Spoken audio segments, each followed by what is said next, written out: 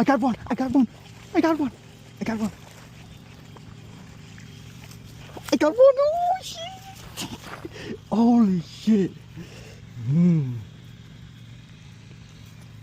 Damn. Hell yeah. I fucking knew it. I fucking knew it, bro.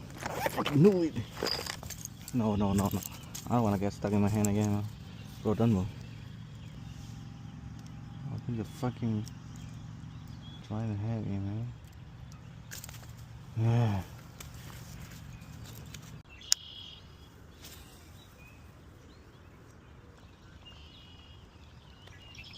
Đi, anh đi chùa vào nè. Anh đi chùa vậy lắm nè. Lắm nè ruồi tê. Bạn tầm đong thì cho lật. Bạn tầm đong thì anh tra vậy, bạn tầm đong tí. Ôi mà đi thông chả bốn tiết, tôi ra đi thông chả bốn tiết. Mày, ôi đi thông à. Ôi đi thông mà tận đọ. Tôi rất đánh mò này. Ê, cho tôi cắt bánh thân. Con rư, cho tôi cắt bánh thân, cho như này. Con rư. No, đánh mò này. Ê, tận này. Ê, trong tận này, cho như này. Ê, trong tận này.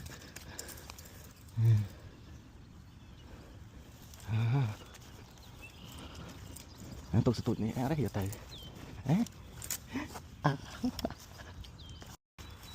Camera ơi cho ai tì đi nè.